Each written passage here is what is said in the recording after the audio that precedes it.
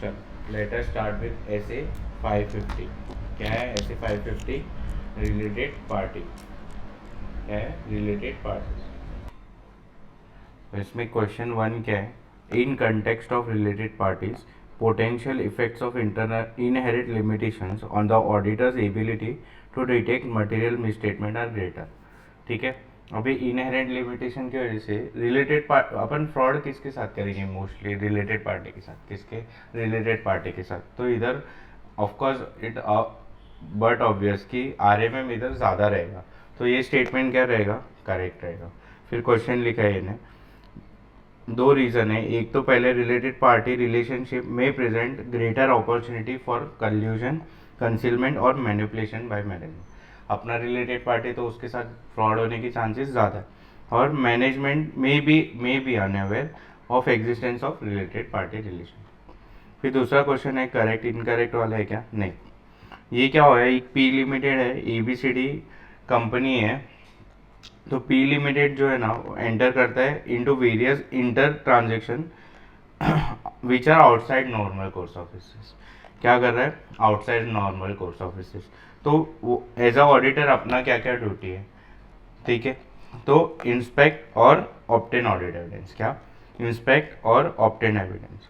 तो inspect and evaluate क्या क्या करेंगे? पहले तो बिजनेस रैशनल देखेंगे कि वो लोग एफआरएफ यानी फ्रॉडुलेंट फाइनेंशियल रिपोर्टिंग या concealment of misappropriation of asset करेगा। उनका टर्म्स और मैनेजमेंट का एक्सप्लेनेशन कंसिस्टेंस है कि नहीं। और तीसरा पॉइंट, जो ट्रांजेक्शन है वो अकाउंट और डिस्क्लोज प्रॉपरली हुए कि नहीं। तो तीन चीज़ क्या करेगा ऑडिटर? तो पहले इंस्पेक्ट और इवेल्युएट करेगा। पहला तो क्या? बिजनेस रैशनली देखेगा। फिर ट्रांजेक्शन जो है वो अकाउंट और डिस्क्लोज बराबर हुआ है कि नहीं, और जो टर्म्स ऑफ कॉन्ट्रैक्ट है वो और मैनेजमेंट के एक्सप्लेनेशन टैली हो रहे कि नहीं। ठीक है, तो क्या क्या देखेगा? बिजनेस रैशनली, टर्म्स और मैनेजमेंट का एक्सप्लेनेशन कंसिस्टेंट है कि नहीं, और लास्ट में क्या करेगा? अकाउंट और डिस्क्लोज बराबर हो।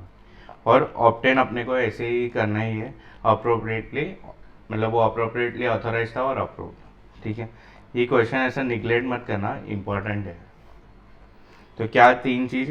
पहले तो inspect and obtain audit evidence. ठीक है, inspect business rationally, accounted and disclose properly, और transaction terms of transaction consistence with management explanation.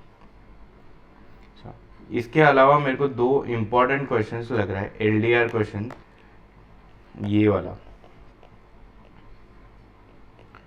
Possible sources for identification of related party information. अपने को कैसे पता चलेगा कि ये, अपने को यानी कौन? ऑडिटर को कैसे पता चलेगा कि ये रिलेटेड पार्टी इंफॉर्मेशन है?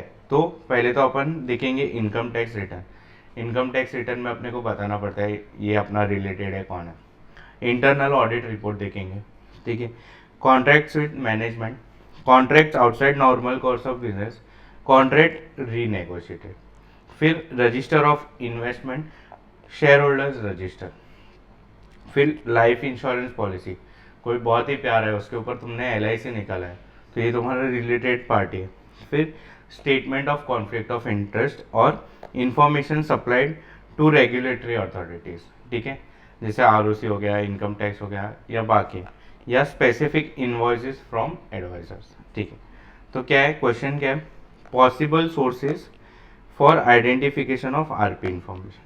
तो पहले तो कैसे याद रखने का, देखो, इनकम टैक्स रिटर्न। ठीक है, फिर एक नीचे का पॉइंट है ना ये वाला, इंफॉर्मेशन सप्लाइड टू रेगुलेटरीज, ये अपन दे रहे इनकम टैक्स रिटर्न और इंफॉर्मेशन सप्लाइड टू रेगुलेटरी। फिर तीन कॉन्ट्रैक्ट्स, कितने? तीन कॉन्ट्रैक्ट्स। कौन सा?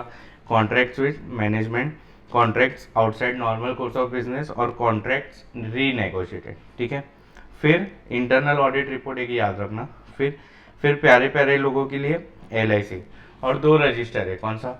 शेयर होल्डर्स रजिस्टर और रजिस्टर ऑफ इन्वेस्टमेंट। कौन सा? शेयर होल्डर रजिस्टर और रजिस्टर ऑफ इन्वेस्टमेंट। ये याद आया तो लिखना, स्पेसिफिक इनवॉइस फ्रॉम इट। तो कितने पॉइंट है? जितने भी है तुम लोग क्या क्या याद रखोगे? Income tax return, information supplied to regulatory authorities, फिर तीन contract, contract with management, contract outside normal course, contract renegotiated. फिर बाद में दो रजिस्टर, शेयर होल्डर रजिस्टर्स और कौन सा? रजिस्टर ऑफ इन्वेस्टमेंट, फिर प्यारे प्यारे लोगों के लिए LIC पॉलिसीज। ठीक है, इतना पॉइंट्स लिखा तो भी चल जाएगा। और ये क्या है, रिस्पॉन्सेज टू असेस्ड रिस्क। क्या है, रिस्पॉन्सेज टू असेस्ड रिस्क। एक मिनट, तुम लोग को दिख रहा है, हाँ, रिस्पॉन्सेज टू असेस्ड रिस्क। तो अभी अपने को identification of unidentified related party transaction, related party transaction था लेकिन अनआइडेंटिफाइड था, और किसको मिला, ऑडिटर को मिला। तो सबसे पहले क्या करेगा, अपने साथ वाले को कम्युनिकेट करेगा, तो communicate to other members of engagement team. फिर दूसरा पॉइंट क्या करेगा, मैनेजमेंट को रिक्वेस्ट करेगा कि ये अनआइडेंटिफाइड रिलेटेड पार्टी ट्रांजेक्शन। फिर तीसरा वो मैनेजमेंट को पूछेगा, भाई तू क्यों फेल हुआ, तुझे नहीं समझा कि ये तेरा रिलेटेड पार्टी है। और फिर भी अगर अपने को लग रहा है कि ये लोग ने जानबूझ के ऐसा किया, तो अपन क्या करेंगे, ऑडिट रिपोर्ट में मतलब ऑडिट रिपोर्ट फिर मॉडिफाई कर देंगे। तो क्या, if non disclosure appears intentional, evaluate implication for audit. तो 4 पॉइंट क्या है, ये क्या मिला अपने को, अनआइडेंटिफाइड रिलेटेड पार्टी ट्रांजेक्शन। तो पहले क्या करेंगे, हम अपने साथ वाले को बताएंगे, तो communicate to engagement team members. फिर दूसरा क्या करेंगे, मैनेजमेंट को रिक्वेस्ट करेंगे। तीसरा उसको पूछेंगे, भाई तू क्यों फेल हुआ।